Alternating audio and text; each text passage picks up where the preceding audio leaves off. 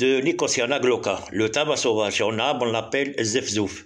C'est une inflorescence composée de type grappe de grappe. Mais quand on analyse l'inflorescence simple, nous trouvons que les fleurs les plus âgées et les plus anciennes sont bien situées en bas de cet axe d'inflorescence, alors que les fleurs les plus jeunes et même les boutons floraux, les fleurs qui sont encore fermées, se trouvent bien situées au sommet de cet axe d'inflorescence. Donc, c'est bien une inflorescence indéfinie et de type grappe. Pourquoi? C'est une grappe parce que les fleurs ayant cette disposition en alternance et en même temps, elles sont pédonculées. Elles portent bien un pédoncule floral.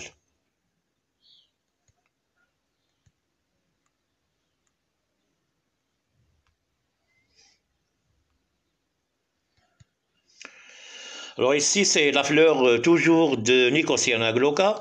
C'est une fleur avec un périanthe double. Nous voyons clairement un calice qui est verdâtre et une corolle en jaune qui est bien allongée en un tube. Le calice est gamosépale parce que les sépales sont soudés. Le nombre de sépales, c'est 5. De même, la corolle est gamopétale avec 5 pétales qui sont soudés. Alors ici, le périanthe est double, ce qui fait que Nicotiana glauca appartient bien à la classe des dicotylédones. De même, la fleur, elle est hermaphrodite parce que il y a des étamines qui sont à l'intérieur, ils sont en nombre de 5 et en même temps il y a un gynécée sous forme d'un stigmate, style et ovaire. Ce qui fait que les deux types d'organes reproducteurs se trouvent associés dans une même fleur et par conséquent la fleur est hermaphrodite. La fleur de même est actinomorphe, donc selon le plan de symétrie. C'est une fleur qui présente plusieurs plans de symétrie. Par conséquent, c'est une fleur qui est actinomorphe ou bien entre parenthèses régulière. Alors les fleurs actinomorphes ou zygomorphes sont reconnues également par leur aspect général, qui est reflété généralement par la corolle.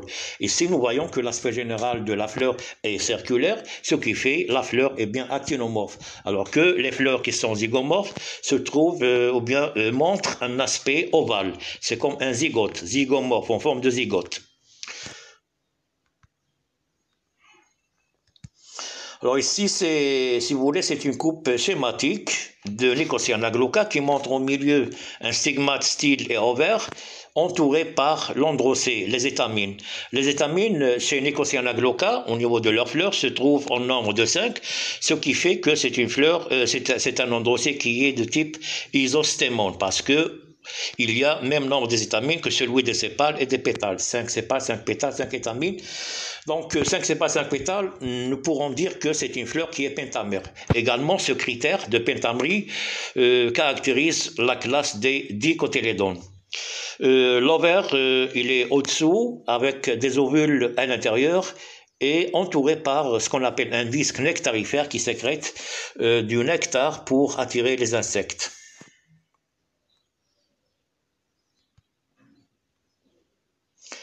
Alors celle-là, c'est la coupe schématique, pardon, c'est la coupe transversale au niveau de l'ovaire de Nicotiana glauca, au niveau de sa fleur, qui montre ainsi les deux carpelles. Donc ce qu'on voit au milieu, c'est les deux carpelles avec plusieurs ovules dans chacun.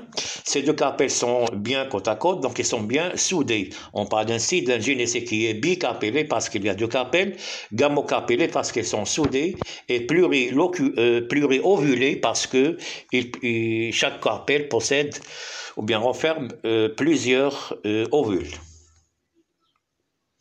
Et ce qu'on voit autour de cet ovaire en jaune, c'est le disque nectarifère.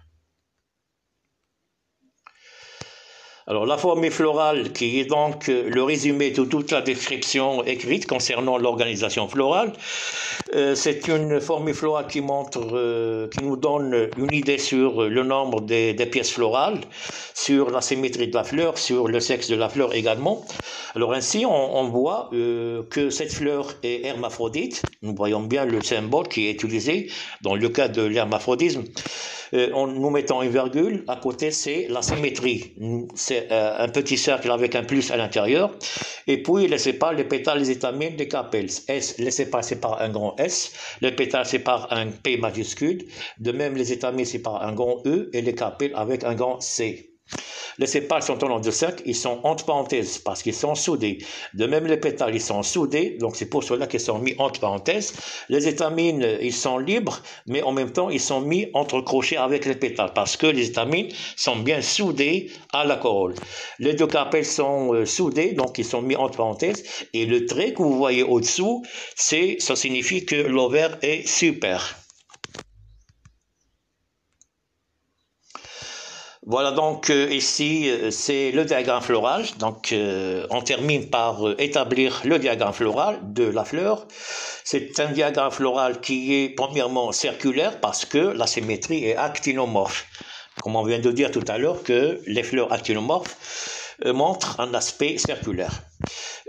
Si c'était une fleur zygomorphe, le diagramme floral aurait pris une allure ovale. Alors, nous voyons bien les figurés des pièces florales, comment ils sont utilisés. Alors, les pétales, c'est par un croissant, de même les sépales, mais avec une petite cloche au milieu. Les étamines par un B, et au milieu, on schématise carrément les deux carpelles. Les sépales et les pétales sont réunis par cette petite parenthèse parce qu'ils sont soudés. De même, les étamines sont reliées aux pétales parce que les étamines sont soudées à la corolle. Alors B, c'est les étamines. B est dirigé vers le milieu parce que la déhiscence est de type introrse. Alors, quand on établit ce diagramme floral, nous devons tenir compte aussi bien de la préfloraison. Alors ici, nous voyons que la préfloraison des sépales et des pétales est valvaire. Il n'y a aucun recouvrement entre les sépales, entre eux-mêmes, et même entre les pétales. Donc, il n'y a aucun recouvrement. La préfloraison ici, elle est de type valvaire. Au milieu, c'est les deux carpelles avec des ovules.